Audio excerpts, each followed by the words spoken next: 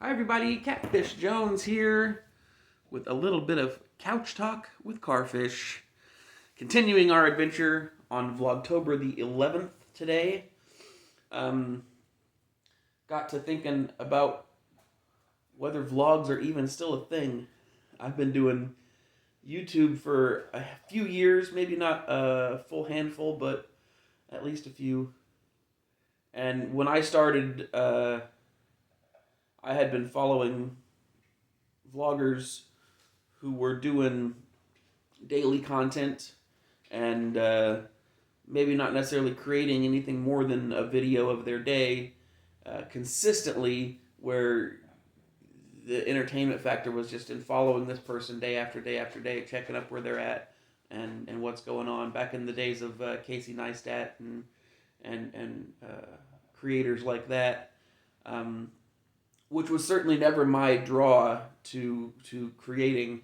I certainly had my own avenue of content, certainly a steady stream of stuff I could be doing. But back in those days, it seemed like everybody was making a vlog to video log their life because that's where the clicks were at. It seemed like, anybody could just start a YouTube channel and drum up some interactions with daily videos. Very mundane stuff, but that was where the interest was hey, look, everybody's life is mundane, maybe this person's a little more interesting than my life is. Let's check and see how that is. And then you watch a few of them and you just want to know more, and you want to know more. You want to know the next thing that they're going to do after this. I don't know that that still is viable.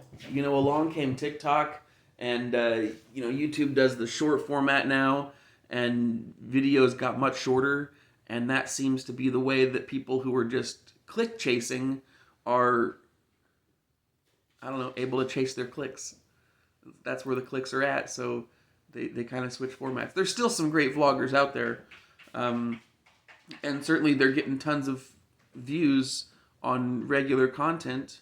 The one that I watched consistently at the beginning was Adam the Woo, who was, traveling and doing, random stuff on his travels.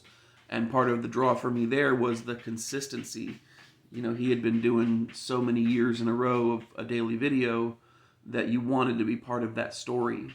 And, an interesting character, very charismatic, a good story, along with the stuff going on there with what he was doing.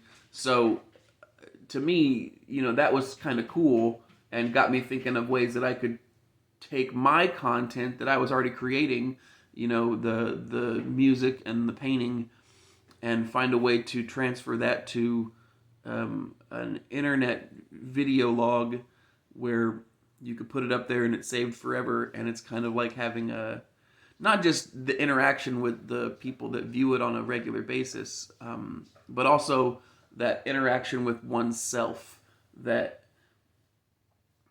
for me, I certainly look back at my own content, look back at my historical content, all of the archive stuff, all of those tiny paintings I go through and watch regularly. Regularly, there's a ton of them, so if I make it through all of them in a year, it's not a surprise. But there's a lot of I don't know, deep communication for me in it that maybe my target audience isn't a million clicks, but my future self, and making sure that what I do is I don't know, is something interesting that I would want to watch later, and then also to look back on it and say, well, what was I doing back then? And certainly am very thankful for anybody who wants to come along on the journey. Of course, in that journey of watching the Adam the Woo stuff, a number of other YouTubers, or at that point maybe not YouTubers yet, were followers and fans as well. And when he ceased his consistent daily vlogging, a lot of people jumped in to fill the void, and some of those are still running. Of course, Tampa J is running a great channel right now, getting wonderful traction on it and consistently putting out great content. And a lot of others just jumped in and did what they were already doing. Mark Fun Jones was already painting. He just said, well, let me turn on a camera, and then we'll do that.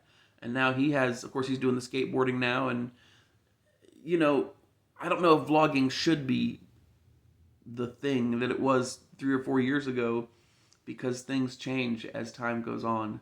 And it's interesting to watch that change, kind of document it, kind of log it, if you will, and see where we're at now, what's going to be next, what's going to happen in the future, what the next phase of video format will be.